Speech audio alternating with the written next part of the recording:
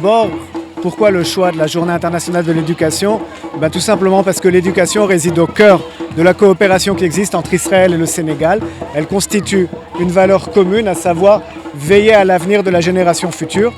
Depuis le début de cette coopération, nous avons mis le domaine de l'éducation comme une priorité, que ce soit à travers la mise en place de classes informatiques, la mise en place de structures qui permettent aux enfants d'apprendre l'agriculture au sein des écoles, des parcelles pilotes, la distribution de matériel scolaire ou la venue de stagiaires en Israël et de stagiaires sénégalais et de stagiaires israéliens au Sénégal.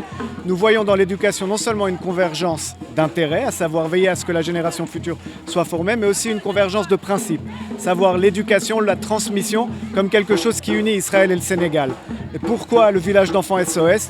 Tout simplement parce que pour marquer cette journée, nous voulions une institution d'excellence qui marque cette valeur de l'éducation pour tous, de l'éducation inclusive et un partenaire de l'ambassade d'Israël.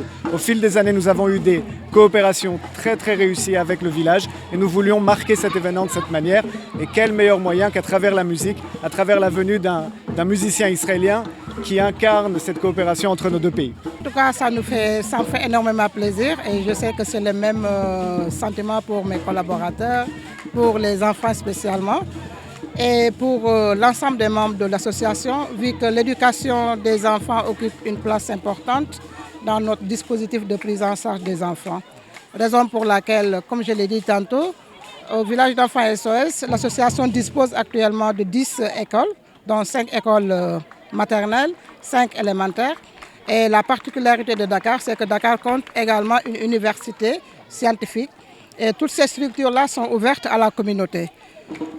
Ça montre également l'engagement du village d'enfants SOS à accompagner l'État dans cette politique de l'accès, de la promotion de l'éducation, particulièrement des filles. L'ambassade d'Israël a longtemps collaboré avec les villages d'enfants SOS et c'est en raison de cette pandémie de Covid-19 que les activités ont été un peu gelées. Et c'est l'occasion pour eux de renouveler pour nous deux, de relancer les activités entre nos deux structures.